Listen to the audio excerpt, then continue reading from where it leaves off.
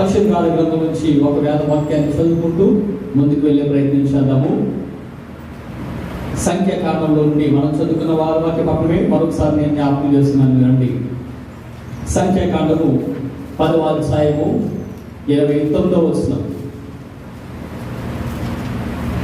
ఇక్కడ మోషే తన మామయ్యకు విచారణుడైన రేహేలు కుమారుడు హబావుతో మాట్లాడుతూ అంటున్నాడు. ఏమనంటే, మేము ప్రయాణమైపోతున్నాం, మాతో కూడా రండి. నాతో కలిసి మీ అందరూ కూడా చెప్తే ఈ మాట బాగుంటుంది. మేము ప్రయాణమైపోతున్నాం, మాతో కూడా రండి అన్న చెప్తాం. మేము ప్రయాణమైపోతున్నాం, మాతో కూడా రండి. మరొకసారి, మేము ప్రయాణమైపోతున్నాం, మాతో కూడా రండి. చిన్నగా ప్రార్థించుకుందాం. ప్రభు పాదాలు పట్టుకుందాం. ఆయన మనతో మాట్లాడితే చాలు. మనుషులైనటువంటి ఎవరు మాట్లాడినా మనకు ప్రయోజనకరం కాదు. యేసుక్రీస్తు మహాప్రభుల వారి పరిశుద్ధాత్మ రూపంగా మనతో మాట్లాడుతున్నప్పుడు అది మనకు ఆశీర్వాదకరము, అది మనకు బలోపేతం కనుక ప్రభు వారిని పాదాలు పట్టుకుందాం. ప్రభు, మీరు మాతో మాట్లాడండి. నీవు మాట్లాడే దేవుడు, నీవు మాట్లాడితే మాకు చాలు అంటూ ఆయన పాదాలు పట్టుకుందాం. నేటి దినాన్ని మనకు దీవెనకరంగా మార్చడానికి ఆయన సిద్ధమవుతున్నాడు కనుక ప్రభు పాదాలు పట్టుకుంటూ ఆయన పాదాలు సమీపించుదాం. హల్లెలూయా, హల్లెలూయా, హల్లెలూయా. ప్రేమ కలిగిన మా ప్రియ పరిశుద్ధ తండ్రి, యేసు రక్తం చేత నీ కృపా సింహాసనాన్ని సమీపించి ప్రార్థిస్తున్నాను. నేను నీ పరిశుద్ధుల మధ్య నీ వాక్సేవను జరిగించడానికి నేను ఎంతటి వాడిని ఎప్పటి వాడు ఉన్నానా, కానీ ఎప్పటిలాగే ఈ దినం కూడా నీవు మాత్రమే హెచ్చింపబడాలి, మేము తగ్గాలి. నీ నామం మాత్రమే ఉన్నతంగా మరింతగా పొగడబడాలి, కీర్తించబడాలి, కొనియాడబడాలి. అయ్యా, నీ నామానికి నమ్ము కలిగినట్టు, మా అందరికి దీవెనకరంగా ఆశీర్వాదకరంగా ఉన్నట్లు మీరు మాతో మాట్లాడి బలపరచండి, ఆదరించండి, ఓదార్చండి, సరిచేయండి. సమస్త విషయంలో మరింతగా నీకు సమీపస్తులుగా నీ రూపాంతరంలోకి మారే వరకు మమ్మల్ని విడువక నీ యొక్క వాక్య భావం చేత మమ్మల్ని నడిపించమని యేసుక్రీస్తు పరిశుద్ధ నామమున బట్టి వీడి ప్రార్థిస్తున్నాము తండ్రి. ఆమేన్. ఎవరి గతించిన చాలా కాలం నుంచి కూడా ఒక వర్తమానం కోసమే మనం మాట్లాడుకుంటున్నాం.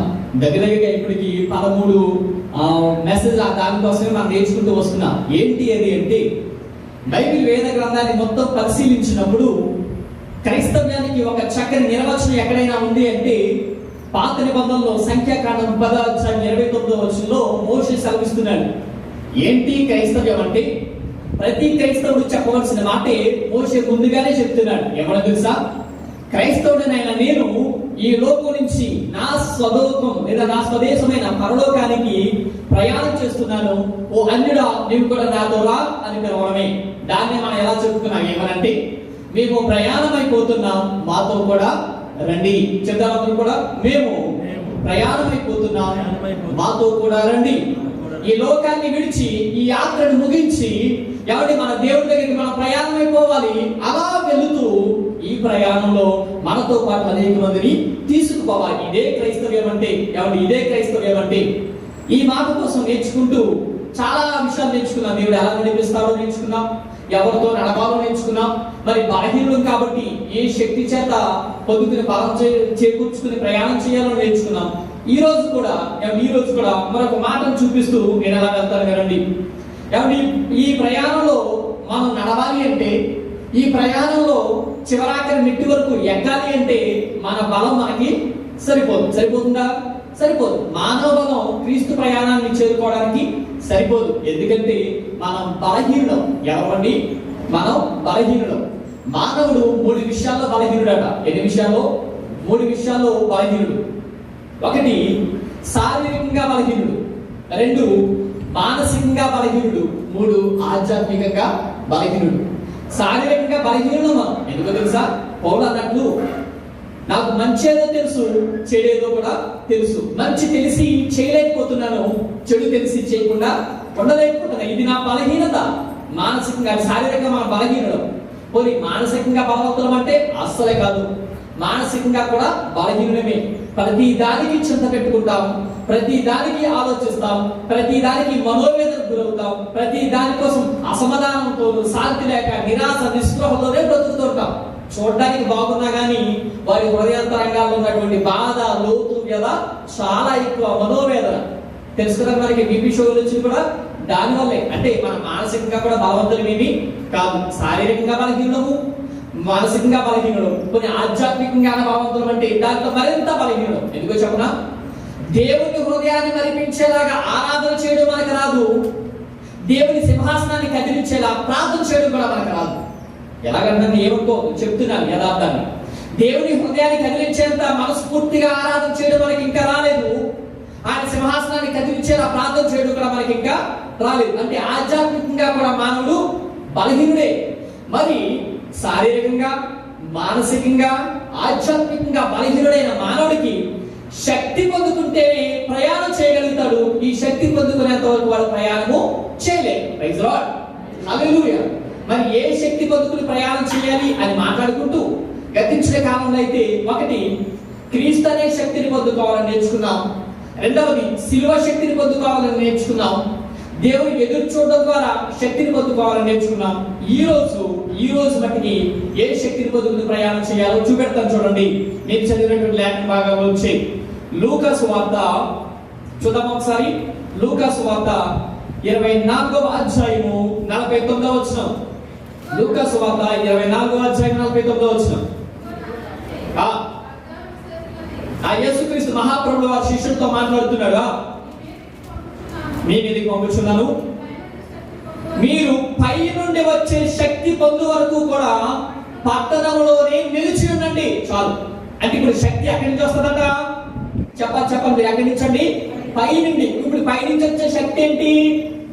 మీరే మాట్లాడాలి. యేసుక్రీస్తు వారు అంటున్నారు, ఇదిగో నేను చనిపోయిన తర్వాత మీకు పైనుంచి ఏం పంపిస్తాను? శక్తిని పంపిస్తాను. ఆ శక్తిని పొందుకున్న తర్వాతే మీరు సువార్త ప్రకటించడానికి వెళ్ళండి. అప్పటి వరకు వెళ్ళొద్దు. ఏంటా శక్తి? పరిశుద్ధాత్మ అనే శక్తి. Praise Lord. ఎక్కడికి తెలుస్తుంది కదా? హల్లెలూయా. ఏ శక్తి అండి?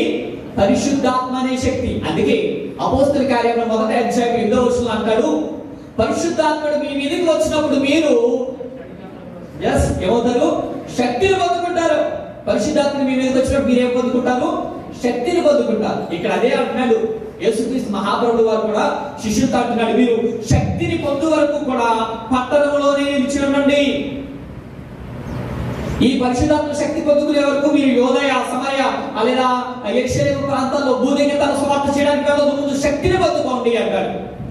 గ్రీకు భాషలో ఈ బైబిల్లో దర్శనాన్ని చూస్తే ఏమండి అక్కడ ఎండో సిటీ అని ఉంటుంది. అంటే ఇంగ్లీష్ బైబిల్లో ఎండో స్టేట్ అని ఉంటుంది. అంటే అర్థం ఏంటో తెలుసా? శక్తిని ధరించుకొనుట అని అర్థం. ఏంటండి? శక్తిని ధరించుకొనుట అంటే మీరు పరిశుద్ధాత్మ శక్తిని ధరించుకునే వరకు కూడా సువార్తకు వెళ్ళొద్దు అని. ఇప్పుడు ఒక మాట మనం అడుగుతారు, చెప్పండి. ఒక 30 సంవత్సరాలు వచ్చిన యవనస్తుడు బట్టలు లేకుండా రోడ్డు మీద తిరుగుతున్నాడు అనుకోండి, వాడిని ఏమంటాం మనం? మాట్లాడాలండి. ఏమంటాం మనం? అదే చెప్పండి ఏమందో. మీరు గట్టిగా చెప్పిన ఎవరికైనా పడుతుంది. మీరు చెప్పారని ఎవరికి తెలియదు, ఎందుకంటే నోటికి అడ్డగా మాస్కులు ఉన్నాయి కదా. చెప్పండి ఏమంటాము? పిచ్చోలు అంటాం. సూపర్. ఇంకేమంటాం? ఏమంటాము? అలా తిరిగితే ఖచ్చితంగా పిచ్చోడు అంటాం. కాకపోతే దౌర్భాగ్యం ఏంటంటే ఇప్పుడు ఇండియా దేశాలు అలా తిరుగుతుంటే బాబా చేసి పూజిస్తున్నారు. అది మూర్ఖత్వం. నిజంగా ఏదో పిచ్చోళ్ళు బాబు గారు కదా. అలా బట్ట లేకుండా తిరిగితే ఏమంటాము? అంత వయసు వచ్చి పిచ్చోళ్ళు అంటాం. ఇంకేమంటాం? దిగంబరులు అంటాం. ఇంకేమంటామండి? దిగంబరులు అంటాం. ఇప్పుడు దేవుడు అంటున్నాడు, పరిశుద్ధాత్మ అనే శక్తిని ధరించేంత వరకు కూడా మీరేం చేయొద్దు, సువార్త ప్రకటించడానికి వెళ్ళొద్దు. అలా వెళ్ళారనుకో మీరు దిగంబరులు. ఇప్పుడు నేను చెప్తే మీకు ఎంత ఎలా అనిపిస్తుంది కదా? నేను కాదు, దేవాది దేవుడే నేటి క్రైస్తవ సంఘం కోసం, ఏమండి లవోదిక సంఘం నేటి అంత్యకాల క్రైస్తవ సంఘానికి సాదృశ్యం కదా. దానికోసం మాట్లాడితే ఏమన్నాడో తెలుసా? మీరే చూడండి ఒకసారి. ప్రకటన గ్రంథంలో నుంచి 3వ అధ్యాయము 17వ వచనంలో, ప్రకటన గ్రంథంలో నుంచి చూడండి ఒకసారి ఆ మాట కూడా. 3వ అధ్యాయం 17వ వచనంలో నేటి సంఘము లవోదిక సంఘానికి సాదృశ్యంగా చూపెడుతూ దేవుడి మాట అంటున్నాడు, నీ క్రియలను నేను ఎరుగుదును. 3:17 కదండి. నీవు దౌర్భాగ్యుడవను, దిక్కుమాలిన వాడవను, దరిద్రుడవను, దిగంబరుడై ఉండి ఎరుగక నేను ధనవంతుడనే భ్రమలో బతుకుతున్నావు. విన్నారు మీరు? నేటి సంఘం కోసం దేవుడు ఏం చెప్తున్నాడు తెలుసా? నీవు దైర్భాగ్యుడు, దిక్కు. నేను తిట్టట్లేదే, ఏమనుకోమాకండి. నేను తిట్టినట్లే కదా, దేవుడే మాట్లాడుతున్నాడు. నీవు దౌర్భాగ్యుడువు, దిక్కుమాలినవాడువు, దిగంబరుడై ఉండి ధనవంతుడనే భ్రమలో బ్రతుకుతున్నావు. ఈనాడు చాలా సంఘాల్లో కూడా ఆత్మశక్తిని పొందుకోకుండా వాళ్ళ క్రైస్తవ ప్రయాణాన్ని కొనసాగిస్తూ మేము సరిగ్గా ప్రయాణం చేస్తున్నాం, మా సంఘం పరలోక రాజ్యంలో ఉంటుంది, మా సంఘానికి రంగండి అని చెప్పుకుంటున్నారు తప్ప దేవుడు వారితోనే మాట్లాడుతున్నాడు. ఏమన్నా తెలుసా? పేరుకి దిగంబరులు మీరు, కానీ మీరు ఏమనుకుంటున్నారు? ధనవంతులుగా ఫీల్ అవుతున్నారు. అందుకే తిమోతితో కూడా అంటాడు పౌలు, ఏమన్నా తెలుసా? పైకి భక్తి గల వారి వలే ఉండి దాని శక్తిని ఆశ్రయించలేని వారే ఉన్నారు. పైకి ఎలా ఉన్నారండి? భక్తి గల వారే ఉన్నారు కానీ శక్తిని ఆశ్రయించలేని వారు ఉన్నారు. అందుకే శిష్యులతో మాట్లాడుతున్నాడు యేసుక్రీస్తు మహాప్రభువు గారు, శిష్యులారా వినండి, పైనుంచి వచ్చి ఆత్మశక్తి పొందే వరకు, వింటారా మీరు? లోకసువార్త 24:49 పైనుంచి వచ్చే ఆత్మశక్తి పొందుకునే వరకు, ధరించుకునేంత వరకు మీరు సువార్త ప్రకటించడానికి వెళ్ళడానికి వీలేదు అంటున్నాడు. మరి ఈ ఆత్మశక్తి పొందుకోవాలంటే ముందు ఆత్మ కోసమైన వివేచన మనకి తెలియాలి. ఉన్నారా మీరు నాతో? ఉంటే సరిగ్గా దేవుని స్తోత్రం చెల్లించండి. హల్లెలూయా. ఏమండి, ఆత్మశక్తి పొందుకోవాలంటే ముందు ఆత్మ కొరకైన అవగాహన మనకు తెలియాలి. ఎందుకో తెలుసా? పాత నిబంధన కాలంలో తండ్రి అయిన దేవుడు వాక్కు ద్వారా మాట్లాడేది, కానీ చాలా మందికి దేవుడు అంటే సరిగ్గా అవగాహన తెలియరాలేదు.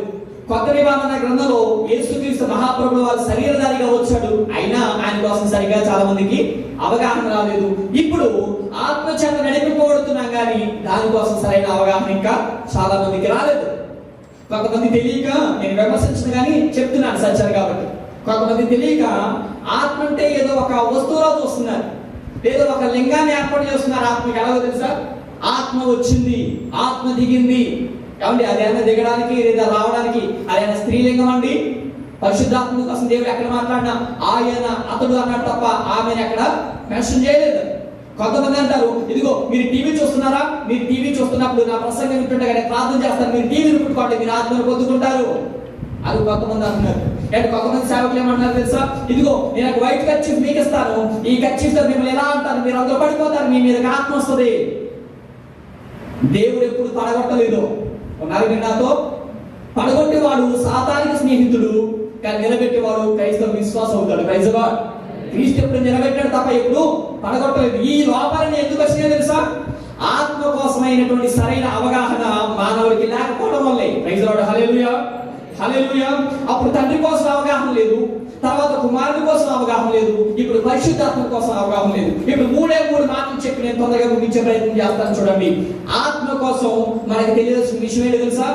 ఆత్మశక్తి పొందుకుని మేము ప్రయాణం అయిపోతున్నాం, మాతో కూడా రండి అనే ప్రయాణంలో ఉండాలంటే మనకి మూడు విషయాలు తెలియాలి. అంటే ఆత్మ కోసం బైబిల్కి మూడు విషయాలు చాలా ప్రాముఖ్యం. ఏంటో తెలుసా? ఒకటి, ఆత్మను పొందుకొనుట. ఉన్నారు విన్నాతో? ఆత్మను పొందుకొనుట. రెండు, ఆత్మ బాప్తిసం పొందుకొనుట. మూడు, ఆత్మతో నింపబడుట.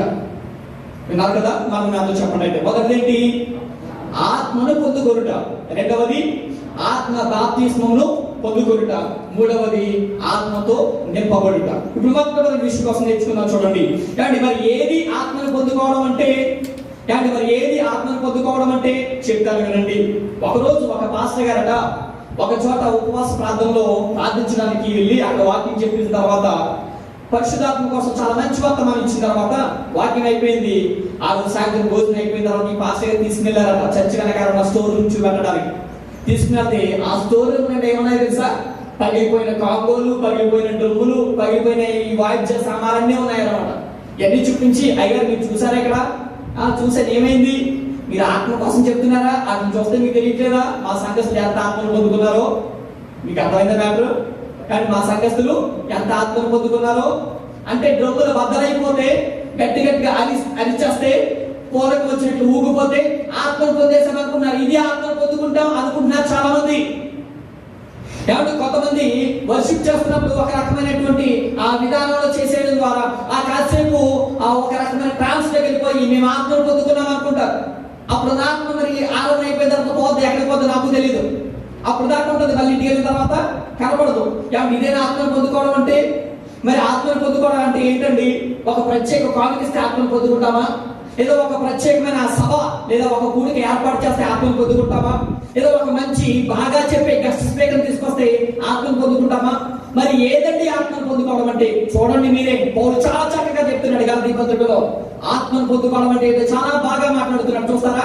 గలతీ పత్రిక 3వ అధ్యాయంలో నుంచి 20వ వచనం చూస్తారా ఒకసారి?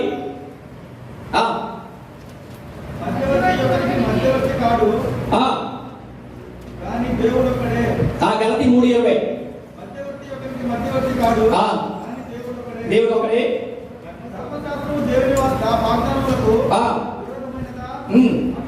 అట్లా రాదు.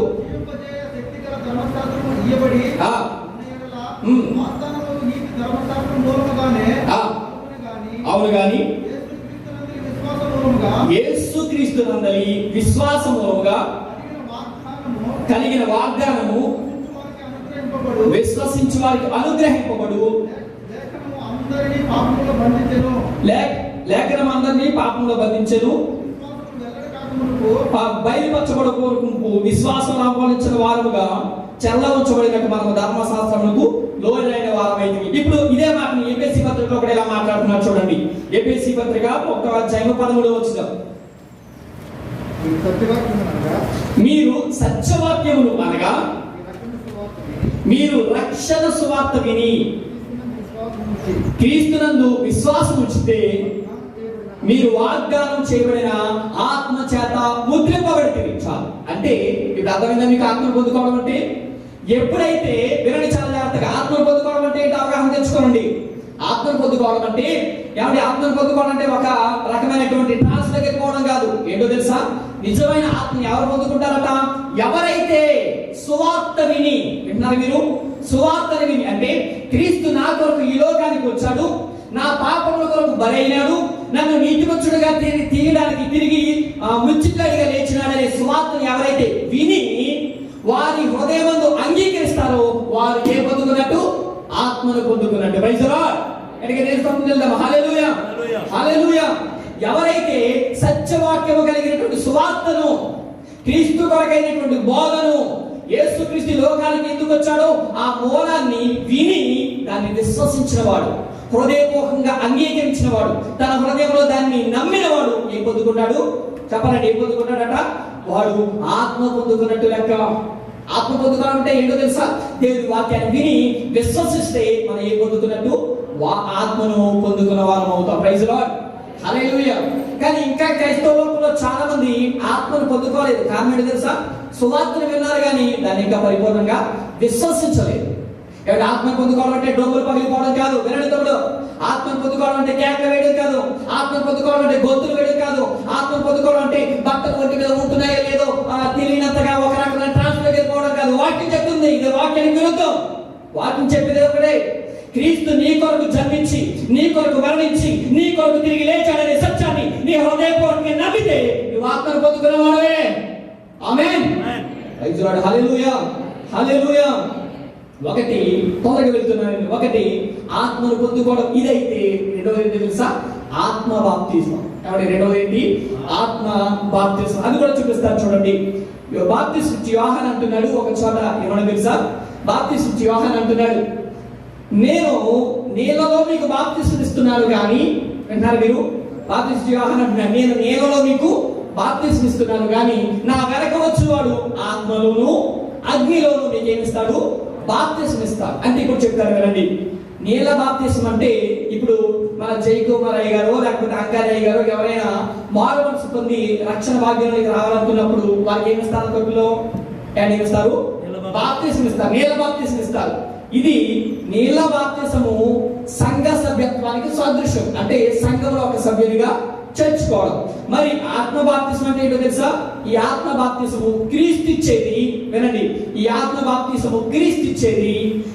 స్థానిక సంఘ సేవకుడు బాప్తిస్మం ఇచ్చి సంఘంలో సభ్యత్వాన్ని చేస్తాడు. క్రీస్తు ఆత్మ బాప్తిస్మం ఇచ్చి తన శరీరాన వడిన సార్వత్రిక సంఘంలో సభ్యుడిగా మారుస్తాడు. ప్రైజ్ ది లార్డ్, హల్లెలూయా. చూడండి, ఆ మాట కూడా మీకు కనబడుతుంది. చూడండి ఒకసారి. కొరింథీయులకు రాసినటువంటి మొదటి పత్రికలో నుండి అపోస్తలుడైన పౌలు కొరింథీయులకు రాసినటువంటి మొదటి పత్రిక 12వ అధ్యాయము 13వ వచనం.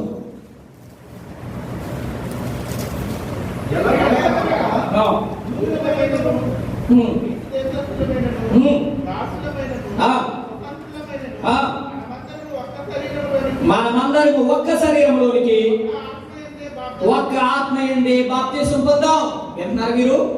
కానీ మీరు ఏ జాతి వారైనా సరే, మీరు సమరయులైనా, యూదులైనా, గ్రీకులైనా, ఎవరైనా సరే, ఎన్ని జాతుల వారైనా, ఎలాంటి వారైనా సరే, మీరందరూ క్రీస్తు అనబడిన ఒక్క శరీరం అందే మీరు ఆత్మలు ఏం పొందారు?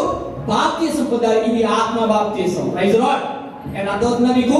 ఆత్మను పొందుకోవడం వేరు, ఆత్మ బాప్తిసాన్ని పొందుకోవడం వేరు. ఏమంటే ఆత్మను పొందుకోవడం అంటే మీరు సువార్తని అంగీకరిస్తే మీరు ఆత్మను పొందుకున్నట్టు లెక్క. ఏమంటే అలా అంగీకరింపబడిన మీరు ఎప్పుడైతే వాక్యం విని వాక్యాన్ని అంగీకరించి దాన్ని విశ్వసించావో అప్పుడు ఆత్మను పొందుకున్నావు. ఆ ఆత్మ చేత క్రీస్తు తన శరీరంలోనికి మిమ్మల్ని సంఘ సభ్యునిగా చేర్చుకోవడం, ఇది ఆత్మ బాప్తిసం పొందుకోవడం. Praise the Lord. ఎక్కడికి తీసుకుందాం? హల్లెలూయా. ఇప్పుడు ఆత్మ బాప్తిసం అంటే ఏంటి? ఎవరిస్తారు? క్రీస్తే ఇస్తాడు. ఎవరికి ఇస్తాడు? సువార్తను విశ్వసించిన వాళ్ళకి ఇస్తాడు. దేని ద్వారా ఇస్తాడు? ఆత్మ ద్వారా ఇస్తాడు. దేనిలోనికి ఇస్తాడు? తన శరీరంలోనికి ఇస్తాడు. Praise the Lord. ఎక్కడికి తీసుకుందాం? హల్లెలూయా. ఇది తెలియక చాలా మంది ఏదైనా మాట్లాడుతున్నారు, ఏదైనా వాక్యమే. మీరు బాధపడిన ఒక మాట చెప్తారు, బాధపడినా పర్వాలేదు అయినా చెప్తారు. నిలబడిన పాపానికి కదా చెప్తారు కదండి. మీరు బాధపడకపోయినా పర్వాలేదు. చాలా మంది ఈ మధ్యకాలంలో యూట్యూబ్ లో మెసేజ్లు ఎక్కువైపోయినాయి కదా. ఏమండి, ఎక్కడ చూసినా మెసేజ్లే. యూట్యూబ్ నిండా మెసేజ్లే, వాట్సాప్ నిండా మెసేజ్లే, ఫేస్బుక్ నిండా మెసేజ్లే. ఎక్కడ చూసినా మెసేజ్లే. మెసేజ్లు ఎక్కువైపోయి ఏదైనా వాక్యమే కదా అని వినుకుంటూ పోతున్నారు వీళ్ళు. ఏదైనా వాక్యమే కదా. చాలా జాగ్రత్త. సరైన ఆత్మ వివేచన అవగాహన లేకుండా వాక్యం చెప్పే వాళ్ళ జోలికి వెళ్ళమాకండి, వినమాకండి. ఏదైనా పాలే కదా, తెల్లగా ఉంటాయి. జిల్లేడు పాలు తాగుతామా మనం? జిల్లేడు పాలు ఎలా ఉంటాయి? టేస్ట్ చూసేది చూడడానికి ఎలా ఉంటాయి? తెల్లగా ఉంటాయి కదా. అవి పాలే ఇవి పాలని తాగుతామా? మరి ఎందుకు ఏదైనా వాక్యమైన వెళ్ళిపోతున్నాం? ఏదైనా వాక్యమే కదా ఎందుకు నీ చెవి దాని పెడుతున్నాం? ఆ సేవకుల కోసం సరైన అవగాహన, నీవు ఆత్మలో వివేచన వరాన్ని పొందితే ఏమంటే దీనికోసం చెప్పుకోవాల్సిన బాధ ఏం లేదు. ఈ మధ్య ఎలాగంటాను కాదు, సేవకులో కూడా చాలా మందికి ఏమంటే చూస్తున్నాను యూట్యూబ్ లో వీటిలో వాళ్ళకి చాలా మందికి అవగాహన కోల్పోయినారు. ఆత్మ వివేచన వరాన్ని కోల్పోతే ఈ ప్రాబ్లమ్స్ వస్తాయి. ఎవరికైనా రోగం వచ్చిందనుకో, ఎవరికైనా ఏదైనా ప్రాబ్లం వచ్చిందనుకో, ఒక వ్యాధి వచ్చిందనుకో, ప్రార్థిస్తున్నాడు ఈ సేవకుడు. నేను విమర్శించలేదు, మన సత్యాన్ని చెప్తున్నాను. ఈ సేవకుడు ప్రార్థిస్తున్నాడు. ఏమని తెలుసా? ఇప్పుడే యేసుక్రీస్తు నామములో, రైట్ నౌ, ఇప్పుడే. ఎప్పుడు?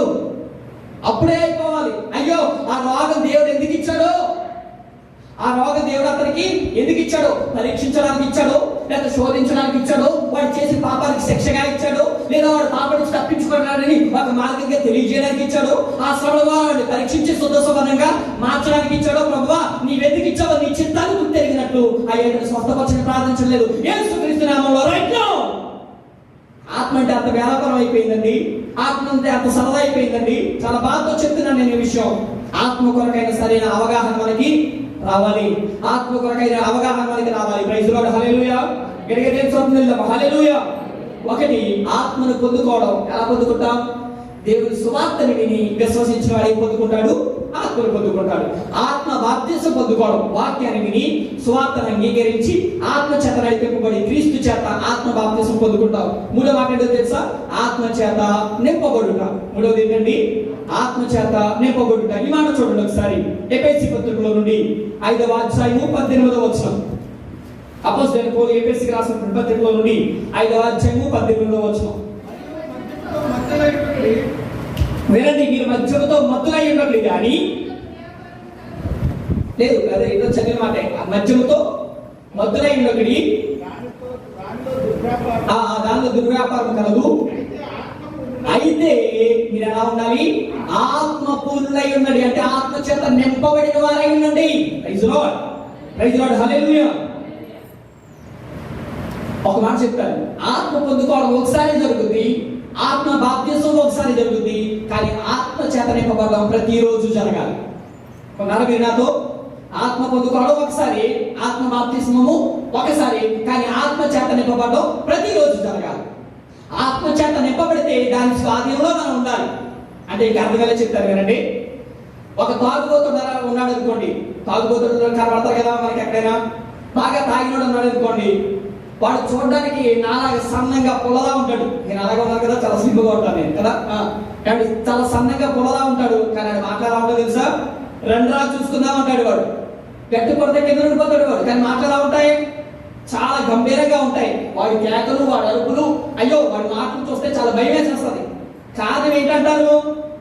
చెప్పండి, కారణం ఏంటి? లోపల ఉన్న మద్యం కదా. అంటే వీడు ఎవరి స్వాధీనంలో ఉన్నాడు? మద్యం స్వాధీనంలో ఉన్నాడు కాబట్టి అలా మాట్లాడుతున్నాడు. అంటే దానికి తగినటువంటి మాట్లాడుతున్నాడు. ఇప్పుడు అదే అన్నాడు, మీరు మద్యం స్వాధీనంలో కాకండి కానీ ఆత్మపూర్ణులు, ఆత్మ చేత నింపబడిన వారై ఉండండి. మరి ఆత్మ చేత నింపబడితే దేని స్వాధీనంలో ఉండాలి? చెప్పండి, దేని స్వాధీనంలో ఉండాలి? ఆత్మ స్వాధీనంలో మనం ఉండాలి. Praise Lord. ఎక్కడికి దేశం వెళ్దాం? హల్లెలూయా, హల్లెలూయా. మరి నిజంగా ఆత్మను పొందుకున్నాం మంచిదే, కానీ ఆత్మ బాప్తిసం పొందుకున్నాం మంచిదే. మరి ఆత్మ చేత నింపబడ్డాం అన్న దానికి సాదృశ్యం ఏంటో చెప్పనా? ఒకే మూడు విషయాలు చెప్పి ముగిస్తాను వినండి. ఆత్మ చేత నింపబడుతున్నాము, ఆత్మ స్వాధీనంలో ఉన్నామో లేదో మనం తెలుసుకోవాలి. మనం నకిలీయో అసలు ఏం చేసుకుంటే ఈ మాటలు తేలిపోతున్నాయి. చూడండి, మొట్టమొదటి మాట నేను చూపెడుతున్నాను. మరి నిజంగా ఆత్మ చేత నింపబడ్డామో లేదో ఒక మాట అంటాడు యోహాను సువార్తలో. యోహాను సువార్త 16వ అధ్యాయం 8వ వచనం.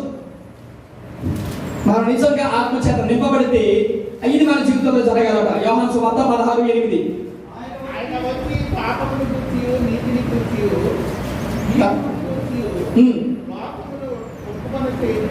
ఆయన అంటే ఎవరు? పరిశుద్ధాత్మ. కాబట్టి ఇక్కడ మీరు మాట చూసారా? ఆమె రాయలేదు, ఆయన రాసాడు కదా. పరిశుద్ధాత్మ వచ్చినప్పుడు ఏం చేస్తాడట? పాపమును గూర్చి, నీతిని గూర్చి, తీర్పును గూర్చి లోకమును ఒప్పింపజేస్తాడు. Praise lord. నిజంగా మీరు ఆత్మ చేత నింపుదలలో వస్తారంటే ఈ 3 విషయాలు ఒప్పుకుంటారు. అది నేనైనా ఎవరైనా సరే ఈ 3 విషయాలు ఒప్పుకుని తీరుతారు. దేనికోసం ఒప్పుకోవాలి? పాపము గురించి ఒప్పుకోవాలి, నీతిని గురించి ఒప్పుకోవాలి, ఏమండి, తీర్పుల కోసం ఒప్పుకోవాలి. నేను పాపిని, నా పాపముల ద్వారానే నేను ప్రభు పాదాలను సమీపించాను. నేను ఘోరమైన పాపిని, నేను పాపం చేత నింపబడ్డాను, పాపంలోనే నేను జన్మించాను, పాపం నా మీద ఏర్పాటు చేస్తుంది అని ఒప్పింపజేస్తాడు. ఎవడు? నీలో ఉన్న పరిశుద్ధాత్మ. అలా నీ ఒప్పుకోవడం లేదంటే, పాపం చేస్తున్నా దాన్ని కప్పిపుచ్చుకుంటున్నావంటే, పాపం చేస్తున్నా ఏమి తెలియనట్టు బ్రతుకుతున్నావంటే, పాపం చేస్తున్నా అసలు నాకు దానికి సంబంధం లేదంటున్నావంటే నీలో పరిశుద్ధాత్మ నింపుదల లేదని అర్థం. అర్థమవుతుందని మీకు? నిజంగా నీలో పరిశుద్ధాత్మ నింపుదల ఉంటే, ఆత్మ చేత నింపబడుతుంటే నీలో ఉన్న పాపం ఏంటో నువ్వు ఒప్పుకోవడం నేర్చుకుంటావు. పరిశుద్ధాత్మకు ఉన్న గుణమే అది. ఏం చేస్తాడట? పాపముల గురించి ఆవిడ ఏం చేస్తాడు? ఒప్పింపజేస్తాడు. మరి మన జీవితంలో సువార్త విన్నప్పుడు, వాక్యాన్ని విన్నప్పుడు నేను ఎంత పాపినో అని ఎప్పుడైనా మనలో ఒప్పింపు వచ్చిందా? అలా ఒప్పింపు వస్తే మనలో ఆత్మ నింపుదల ఉన్నట్టు లెక్క. రెండవది ఏం చేస్తాడట? కానీ పాపముల గురించి, నీతిని గురించి ఒప్పింపజేస్తాడు. చాలా మంది లోకంలో ఉన్నవారు అనేక ధర్మ కార్యాలు, పుణ్య కార్యాలు, యాగాలు, యాచనలు, ధర్మాలు, మంచి పనులు చేస్తున్నారు. ఎందుకో తెలుసా? అవి చేస్తే పరలోక రాజ్యం లేదా నిత్య రాజ్యం, వైకుంఠం వెళ్ళిపోతానేమో అని. కానీ బైబిల్ చెప్పేది ఒకటే, నీ నీతి క్రియలు నిత్య రాజ్యాన్ని నిన్ను చేర్చలేవు. నీ నీతి క్రియలు కాక యేసుక్రీస్తు మహాప్రభుల వారే నిన్ను పరిశుద్ధుడిగా, నీతివంతుడిగా తీర్చగలడు. అది ఒప్పింపజేస్తాడు. అంటే నీకే ఒప్పింపజేస్తాడు. ఏమో తెలుసా? నా నీతి క్రియలు నన్ను నీతివంతుడిగా తీర్చలేవు, నా మంచి పనులు నన్ను నీతివంతుడిగా తీర్చలేవు. కీర్తనకారుడు ఏమంటాడు తెలుసా? 4వ అధ్యాయం 1వ వచనంలో, నా నీతికి ఆధారము దేవా. ఏమంటాడండి దావీదు? నా నీతికి ఆధారము దేవా అంటే నా నీతికి నా మంచి పనులు కారణం కాదు, నా నీతికి నా పుణ్య కార్యాలు కారణము కాదు, నా నీతికి నా భక్తి కారణం కాదు, నా నీతికి నేను చేసిన మంచి పనులు కారణాలు కాదు, నా నీతికి నీవే కారణం. Praise Lord, hallelujah. కాబట్టి ఒక యవనస్తుడు యేసుక్రీస్తు మహాప్రభువు వారి దగ్గరకు వచ్చి, అయ్యా నేను చిన్నప్పటి నుంచి కూడా మంచి పనులే చేస్తున్నాను, ఎక్కడా చిన్న పాపం కూడా చేయలేదు. మరి ఎందుకు వచ్చాడయ్యా యేసుక్రీస్తు దగ్గరికి? ఇన్ని మంచి పనులు చేసినా ఈ మంచి పనులు బట్టి నేను నీతిమంతుడిగా తీర్చబడను. యెషయా ఒక మాట తెలుసు, ఒక బలమైన మాట అంటాడు. ఏమో తెలుసా? మీ నీతి క్రియలు దేవుని ఎదుట, చెప్పాలి, దేవుని ఎదుట మురికి గుడ్డలు. ఈ మాట చెప్తే కొంచెం బాధపడద్దు. మా అమ్మలు ఉన్నారు, మా చెల్లెలు, మా అక్కలు ఉన్నారు, ఏమనుకోదే వేరేగా భావించదు. చెప్తాను నేను. ఇక్కడ మురికి గుడ్డలని రాశాడు, కానీ మీరు ఇంగ్లీష్ పేపర్లో చూడండి ఏమని ఉంటుందో. దానికి అర్థం ఏంటో తెలుసా? ఈ మురికి గుడ్డలంటే అర్థం ఏంటో తెలుసా? అన్యతగా భావించొద్దే. మా అక్కలు చెల్లెలు నాకు చెప్తున్నాను, ఏమనుకోవద్దు. పాపం ఆడవాళ్ళు నెలసరి సమయంలో ఏమండి ఆ అశుద్ధతను విడిచిపెట్టడం కొరకై కొన్ని రకాల దుస్తులు, బట్టలు, క్లాత్ ఉపయోగిస్తారే, ఆ బట్టల కోసం మాట్లాడుతున్నారు. మురికి గుడ్డలు అంటే అవి ఇంగ్లీష్ పేపర్లో చూడండి. కాబట్టి దానికి చాలా ఈజీగా రాస్తాడు అక్కడ ట్రాన్స్లేషన్ లో. దీంట్లో మురికి గుడ్డలు రాశాడు, అక్కడ ఇవే రాశాడు. ఏమండి ఇవి ఎంత అసహించుకుంటాం మనం? కానీ వాటిని ఇష్టపడతామా? ఇష్టపడగల కదా, అసహించుకుంటాం, బాధ వేస్తాం. మన నీతి క్రియలు కూడా అర్థమవుతుందా మీకు? మనం చేసే మంచి పనులు కూడా, మనం చేసే పుణ్య కార్యాలకి కూడా మనం చేసే ధర్మ కార్యాలు కూడా దేవుని ఎదుట అలాగే కనబడుతున్నాయి. నీ నీతి కార్యాలు నీకు నీతిని తీసుకురాలేవు, నీ మంచి కార్యాలు నీకు మంచిని తీసుకురాలేవు. నీ నీతికి యేసుక్రీస్తు వారే కారణం అని నీలో ఒప్పింపు వస్తే నువ్వు ఆత్మచేత నింపబడినట్టు లెక్క. Praise Lord. గట్టిగా తెలుసుకుందాం. హల్లెలూయా, హల్లెలూయా. ఒకటి పాపం కోసం ఒప్పింపజేస్తాడు, కాబట్టి రెండవది నీతి కోసం ఒప్పింపజేస్తాడు, మూడవది తీర్పు కోసం ఒప్పింపజేస్తాడు. మూడవ తీర్పు అంటే ఏంటో చెప్పనా? నీ పాపములకు ఎప్పుడో యేసుక్రీస్తు మహాప్రభువు వారు నీ పాపానికి తీర్పు ఆల్రెడీ శిలువలో అనుభవించాలని నువ్వు జ్ఞాపకం ఉంచుకోవాలి, ఒప్పించుకోవడం రావాలి. నా పాపములకు ఆల్రెడీ తీర్పు ఎప్పుడో శిలువలో జరిగిపోయింది, యేసుక్రీస్తులో నా పాపములకు తీర్పు జరిగింది అని నిన్ను ఒప్పుకోవడం రావాలి. అంటే ఎలా చెప్తారు వీళ్ళు? నీ పాపాలు క్షమించబడ్డాయా తమ్ముడు అంటే ఏమనండి అయ్యగారు, నువ్వు పరలోక రాజ్యం అలాగే నీ పాపాలు క్షమించబడ్డాయని ఒప్పుకుంటున్నావా? తెలియదండి అయ్యగారు. ఒక మాట చెప్తారు మీరు. ఇప్పుడు నా దగ్గరికి వచ్చి ఎవరైనా కాబట్టి పాపం మిమ్మల్ని ఏమన్నా, నేను మీరు మంచోడు కదా కానీ నేనే అనుకుంటాను. నా దగ్గరికి ఎవరైనా వచ్చి బాబు రత్తేజా నీకు పెళ్ళి అయిందా అంటే నేనేం చెప్పాలి? అయితే చెప్పండి, అయితే అయిందని చెప్పాలి, కాకపోతే కాలేదని చెప్పాలి. పెళ్ళి అయ్యి 2 పిల్లలు పుట్టిన తర్వాత ఏమో నాకు తెలియదు అంటే అప్పుడు నన్ను ఏమంటారు? నిజంగా మీరు నన్నే అంటున్నారు కదా, ఏమంటారు? పిచ్చోడు అంటారు. అలాగే కాబట్టి క్రీస్తు యేసు మహాప్రభువు వారు ఈ లోకానికి వచ్చి మన పాపములకు తీర్పుగా ఆయన అనుభవించినప్పుడు ఇంకా మన పాపాలు క్షమించబడ్డాయా లేదా అని ఆలోచిస్తున్నామంటే దాన్ని ఇంకా మనం పూర్తిగా ఒప్పుకోలేదు. నిజంగా నీలో పరిశుద్ధాత్ముడు ఉంటే పాపాన్ని గురించి ఒప్పింపజేస్తాడు, నీ నీతికి క్రీస్తే ఆధారాలను ఒప్పింపజేస్తాడు. మూడవది నీ పాపములకు తీర్పు యేసుక్రీస్తు మహాప్రభువు వారు పొందినారు అని నిన్ను ఒప్పింపజేస్తాడు. Praise the lord. ఇది ఆత్మ చేత ఒప్పింపజేసుకోవడం. ఆత్మ నింపుదల ఉంటే ఇది మొదటి లక్షణం. రెండో లక్షణం తొందరగా చూపెడుతున్నాను చూడండి. రెండో లక్షణం చూపించి నేను ముగిస్తాను. రెండవది, ఒకటి ఆత్మ చేత నింపుదల ఉంటే ఒప్పింపజేసుకుంటావు. రెండోది ఏమవుతుందో తెలుసా? చూడండి, మార్కు సువార్త మొదటి అధ్యాయము 12-13 వచనాలు. మార్కు సువార్త మొదటి అధ్యాయము 12-13 వచనాలు. వెంటనే ఆయన అరణ్యంలోకి తీసుకుని పోగా ఆయన సాతాను చేత శోధింపబడుచు అరణ్యములో 40 దినములు అడవి మృగములతో కూడా ఉండెను. మరియు దేవదూతలు ఆయనకు పరిచర్య చేయుచుండెను. చాలు. ఏమండి, ఇప్పుడు రెండోది ఏంటో తెలుసా? ఆత్మ చేత నింపబడిన వాడు ఎలా ఉంటాడంటే ఇక్కడ ఎవరో కాదు, యేసుక్రీస్తు వారే బెస్ట్ ఎగ్జాంపుల్ గా కనబడుతున్నారు మనకి. యేసుక్రీస్తు ముందు మాట మీద చూడండి, అక్కడ ఏమంటుందో తెలుసా? ఆయన ఆత్మను పొందిన వెంటనే కదండి, అక్కడ మాటలు అవే. ఆయన ఆత్మను పొందిన తర్వాత ఎక్కడికి వెళ్ళాడట? అరణ్యములకు శోధించబడుటకు వెళ్ళెను. ఉన్నారా మీరు నాతో? ఉన్నారా లేరా? ఉంటే గట్టిగా దేవుని చెల్లించండి. హల్లెలూయా. ఇప్పుడు యేసుక్రీస్తు మహాప్రభువు వారు ఆత్మ చేత నింపబడినప్పుడు ఎక్కడికి వెళ్ళాడు? ఆయన ఎక్కడికి వెళ్ళాడు? అరణ్యములో శోధింపబడుటకు వెళ్ళాడు. ఆ సాతాను చేత శోధింపబడి అడవి మృగాల మధ్య ఆయన ఉండగా దేవదూతలు ఆయన ఏం చేశారు? పరిచర్య చేశారు. ఈనాడు చాలా మందికి తెలియని విషయం ఏంటో తెలుసా? ఆత్మను పొందుకుంటే, ఆత్మ వరాన్ని పొందుకుంటే, ఆత్మ చేత నింపబడితే మేము స్వస్థత కోసం వెళ్తామేమో, ఆశీర్వాదాల కోసం వెళ్తున్నామేమో అనుకుంటున్నాం. ఇక్కడ యేసుక్రీస్తు వారు ఆత్మ చేత నింపబడినప్పుడు స్వస్థతల కోసం వెళ్ళా, ఆశీర్వదింపబడడానికి వెళ్ళా, దీవించబడడానికి వెళ్ళా, లేదా ఇంకోటి ఏదో పొందుకోవడానికి వెళ్ళా, ఆస్తులు సంపాదించుకోవడానికి పోలా. ఎక్కడికి పోబడ్డాడట? ఆత్మ చేత శోధించబడుటకు త్రోయబడ్డాడు. ఆత్మ చేత శోధించబడుటకు త్రోయబడ్డాడు. ఆత్మ చేత నింపబడిన వాడు తమ జీవితంలో శోధన ఎదుర్కోవడానికి సిద్ధంగా ఉండాలి. Praise the Lord. హల్లెలూయా. కాబట్టి నేను క్రైస్తవ లోకంకి వచ్చిన తర్వాత అండి నాకు ఏ బాధ లేదండి, ఏ శ్రమలు లేవండి, ఏ శోధనలు లేవండి, ఎంత హ్యాపీగా ఉన్నానని తెలుసండి. నా క్రీస్తు వారు నాకు ఎంతో మేలు చేశారండి. హల్లెలూయా, దేవునికి స్తోత్రం అండి అంటారండి. నువ్వు ఆత్మ నింపుదలలో లేవు తప్పుడు. ఆత్మ నింపుదలలో నీవే దేవుడిని నింపి విడిచిపెట్టేశాడని అర్థం. నిజంగా ఆత్మ చేత నింపబడుతున్నవాడు ఎక్కడ త్రోయబడతాడో తెలుసా? శోధించబడుటకు త్రోయబడతాడు. వాడు శోధించబడి పిమ్మట శుద్ధ సువర్ణంగా మార్చబడతాడు. Amen. Praise the Lord. Hallelujah, hallelujah. ఎలాగట? సాతాను చేత శోధింపబడతాడు. మరి ఇప్పుడు నువ్వు నిజంగా క్రీస్తుని అంగీకరించి ఆత్మను పొంది ఆత్మ చేత నింపబడితే నువ్వు సాతాను చేత శోధించబడతావు. సాతాను ఎలా శోధిస్తాడండి? ఎర్ర నాలుగెట్టుకుని 2 కొమ్ములేసుకుని వస్తాడా? రాడు. ఎలా వస్తాడో తెలుసా? నీ కట్టుకున్న భర్తలోంచి నిన్ను వేధిస్తాడు. నీ భార్యలోంచి నిన్ను వేధిస్తాడు, నీ బిడ్డలోంచి నిన్ను వేధిస్తాడు, నిన్ను పట్టుకుని వేధించి వాళ్ళనే శోధిస్తాడు. నీకు బైబిల్ పట్టుకున్నందుకు, వాక్యం చదువుతున్నందుకు, ప్రార్థన చేసుకున్నందుకు నీకు నరకయాతన చూపిస్తాడు. ఇంకేం చేస్తాడట? అడవి మృగాల మధ్య, అంటే అడవి మృగాల లాంటి మనుషుల మధ్య నువ్వు బ్రతుకుతావు.